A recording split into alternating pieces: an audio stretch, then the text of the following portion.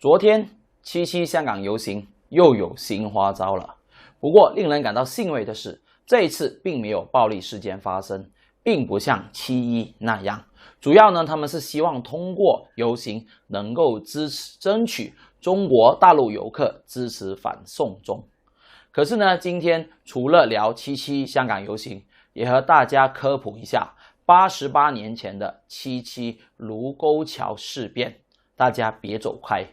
另外，这次虽然主办单位称有超过23万人参加游行，但小马认为7·7游行甚至比630撑警队集会更少人。所以很显然，在7·1暴动过后，民意开始逆转。而在香港警方这一边，他们说最高峰期呢只有5.6万人，是和630差不多。所以等下影片的最后，也会和大家回顾630撑警队的影片。我要提醒大家，在香港还有另外一把声音，支持警察，支持政府，我们一起加油。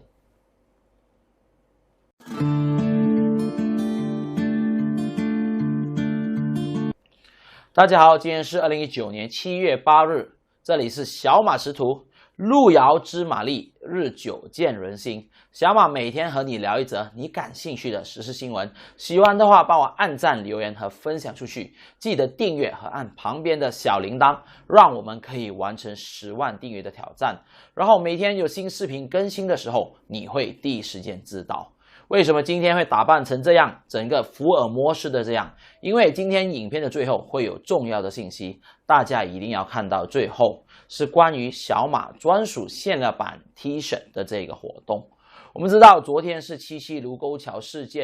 变的82年，我想和大家在更新香港的事情之时，也和大家进行科普。大家知不知道82年前的今天7月7日，在中国因为卢沟桥的炮火拉开了中国全民族抗战的序幕。而小马也是因为看到一位今年88岁的老人郑福来，他已经那么老了，依然亲身讲述卢沟桥上的7·7事变的历史，才让我觉得这段历史是非常重要的。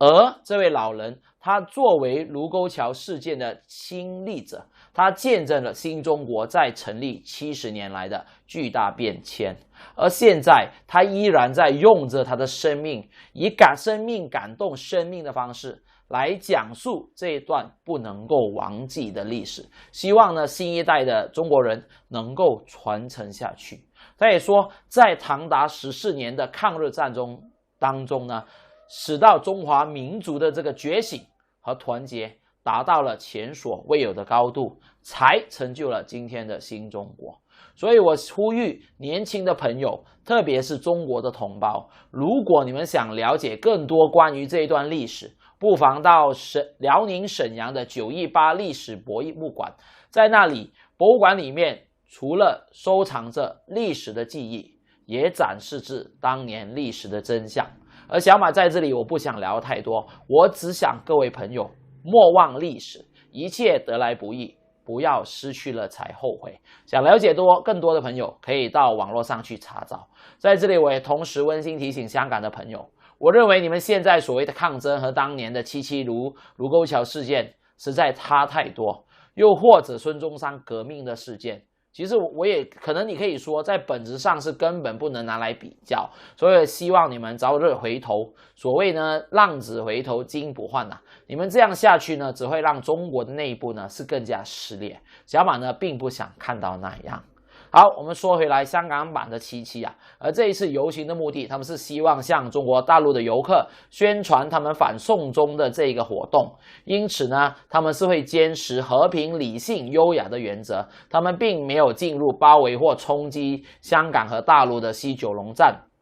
在这一点上，小马认为他们是做得对的。至于你所宣传的东西呢，大陆游客能不能接受又是另外一回事，因为呢这是个人的选择。然后我们也看到，昨天呢，香港警方呢是派出了大批警力到场去戒备，为了防止有示威者群众冲击这个车站，也保护民众，希望他们能够和平示威。幸好呢是没有什么不愉快的事情发生了，并不像7·1那样呢是有暴徒冲进这个立法会。所以这一次游行呢是希望争取大陆游客支持反送中，但小马看来成效甚微，因为香港最近这样的情况，我不认为还有很多大陆游客呢会到香港游玩，加上这些某部分这些暴徒示威者已经让社会各界甚至全世界都觉得香港的朋友们已经超过了和平示威的范围。虽然这一次游行他们选择了在有比较多中国大陆游客的这个尖沙咀和高铁西九龙站，但是我认为他们远远没有达到他们所谓的效果，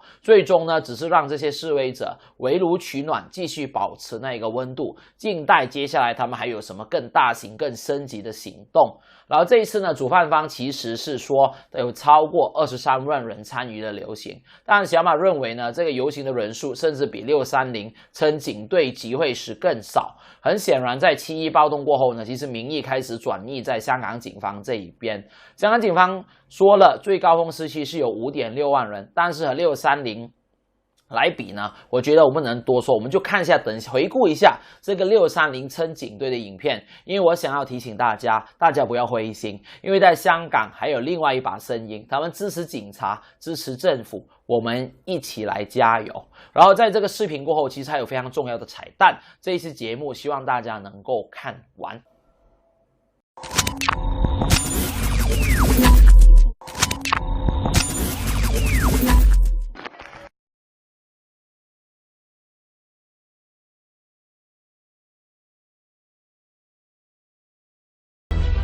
今日一定要企出嚟支持警察，撐警察，撐警隊，唔係政治，係正義，無畏無懼，和平理性，堅守我哋嘅法治，維護社會秩序。阿 Sir、Madam， 我哋支持你，支持香港警察，為香港加油！加油加油！我哋冷靜下，為我哋香港要作出個努力，要點樣行呢條路，走出呢個陰霾。